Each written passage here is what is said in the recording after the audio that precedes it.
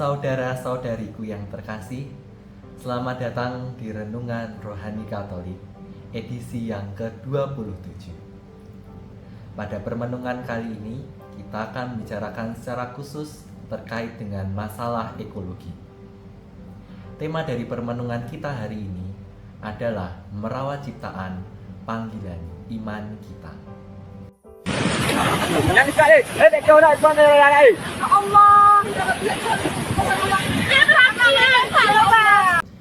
Video yang baru saja kita saksikan bersama adalah peristiwa banjir bandang yang akhir-akhir ini terjadi di Sumatera, secara khusus di Aceh, Sumatera Utara, dan juga di Sumatera Barat.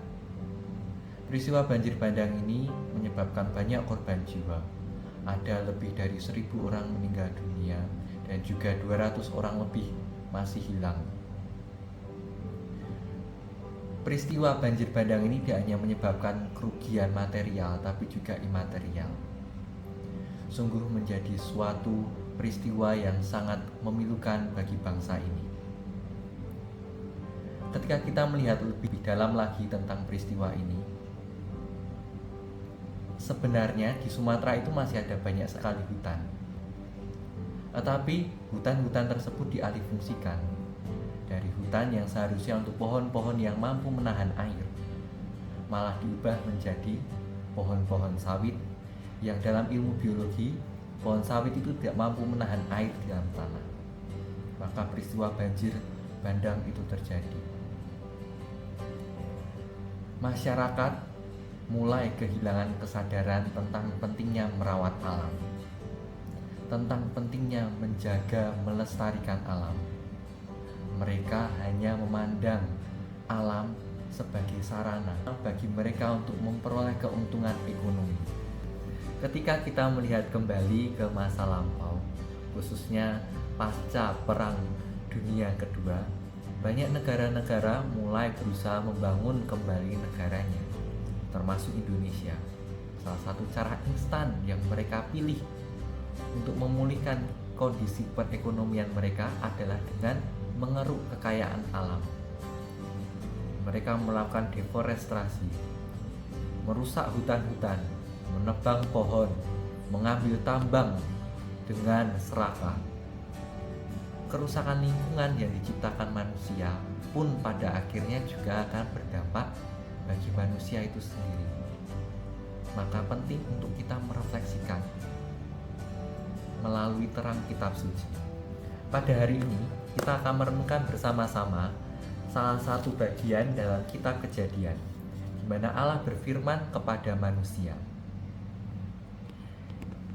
Kita akan mengambil bagian dari Kejadian 2 ayat 15. Di dalamnya dikatakan bahwa Tuhan Allah mengambil manusia itu dan menempatkannya dalam Taman Eden untuk mengusahakan dan memelihara taman itu. Ada dua kata kunci, mengusahakan dan memeliharakan. Dan ketika kita lihat kembali pada situasi saat ini, kedua tugas ini tidak sama sekali tidak terlaksana untuk mengusahakan dan memelihara. Coba kita lihat kembali ke dalam pengalaman kehidupan kita sehari-hari. Apakah kita sudah mengusahakan dan memelihara taman yang dititipkan Tuhan kepada kita? Nyatanya di kehidupan kita sehari-hari, kita masih sering membuang sampah sembarangan, melakukan gaya hidup konsumtif, membeli barang lalu membuang barang. Kita kadangkala juga tidak menghabiskan makanan, membuang-buang makanan. Padahal makanan sisa itu bisa menimbulkan gas metana yang buruk bagi lingkungan. Kita juga sering menggunakan plastik sekali pakai, yang padahal plastik itu sulit sekali untuk diurai oleh tanah. Kita juga sering menggunakan transportasi pribadi, yang artinya banyak karbon dioksida dan monoksida yang kita buang ke udara, kita lepaskan ke udara karena emisi dari kendaraan itu. Hal-hal kecil dan sepele inilah yang di dalam ensiklik Laudato Si disebutkan oleh Paus Fransiskus sebagai dosa ekologis. Di dalam ensiklik Laudato Si, Paus Fransiskus juga menekankan bahwa krisis ekologi yang terjadi saat ini tidak bisa dipisahkan dari krisis kemanusiaan dan krisis iman. Maka dari itu, kita perlu mewujudkan suatu ekologi integral. Apa itu ekologi integral?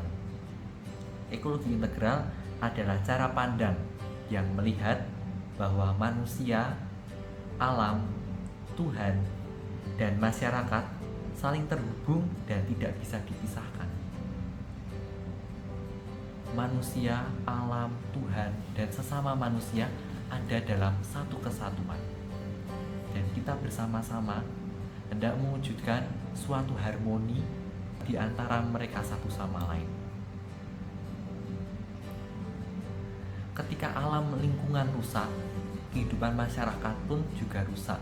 Kehidupan beriman dengan Tuhan pun juga akan terganggu dan rusak.